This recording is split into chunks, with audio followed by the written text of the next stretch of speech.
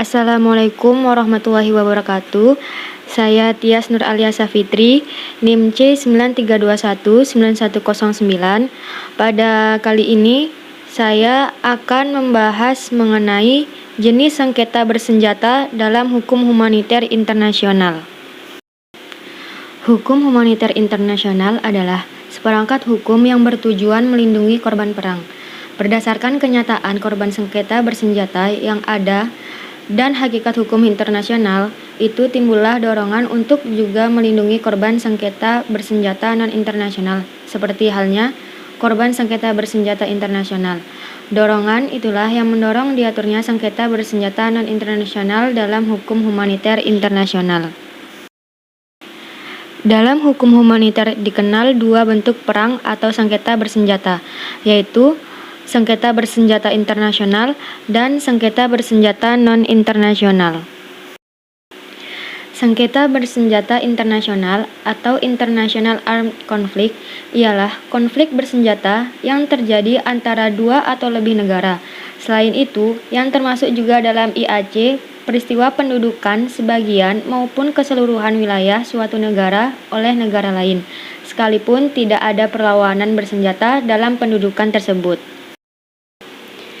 Sengketa atau konflik bersenjata internasional atau lazim disebut konflik bersenjata antar negara atau interstate armed conflict dapat dikatakan sebagai konflik bersenjata di mana dua atau lebih negara berdaulat, sebagaimana dalam pasal 2 Konvensi Jenewa 1949 bahwa konflik bersenjata internasional didefinisikan sebagai semua kasus perang yang dideklarasikan atau konflik bersenjata lainnya yang mungkin timbul antara dua atau lebih high contracting parties ditambah semua kasus pendudukan parsial atau total dari wilayah satu high contracting party.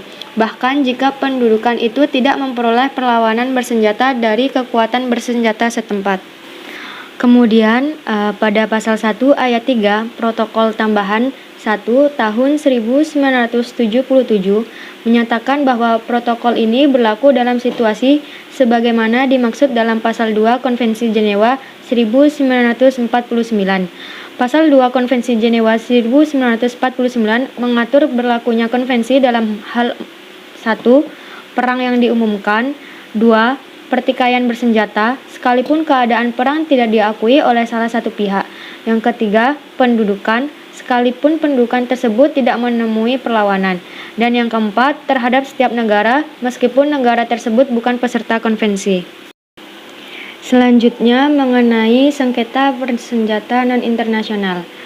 Sengketa bersenjata non-internasional atau non-international armed conflict, yaitu kondisi pertempuran antara angkatan bersenjata pemerintah dengan kelompok bersenjata yang terorganisir atau organized armed group di dalam wilayah suatu negara. Dieter-Fleck mengemukakan bahwa konflik bersenjata non-internasional adalah suatu konfrontasi antara penguasa pemerintah yang berlaku dan suatu kelompok yang dipimpin oleh orang yang bertanggung jawab atas anak buahnya yang melakukan perlawanan bersenjata di dalam wilayah nasional, serta telah mencapai intensitas suatu kekerasan bersenjata atau perang saudara. Kemudian, terdapat syarat dan kriteria-kriteria untuk suatu sengketa bersenjata non-internasional. Yang pertama, pertikaian terjadi di wilayah pihak peserta agung. Yang kedua, pertikaian tersebut di wilayah angkatan bersenjata pihak peserta agung dengan kekuatan bersenjata yang memberontak. 3. Kekuatan bersenjata pihak pemberontak harus berada di bawah komando yang bertanggung jawab. 4. Pihak pemberontak telah menguasai sebagian wilayah negara, sehingga dengan demikian kekuatan bersenjata dapat melaksanakan operasi militer secara berlanjut. Kemudian yang kelima, pihak pemberontak dapat melaksanakan ketentuan protokol. Melihat kriteria di atas, sangat sukar bagi pihak pemberontak atau pihak-pihak yang bersangkutan untuk memenuhi persyaratan tersebut, apalagi dari segi teknis militer.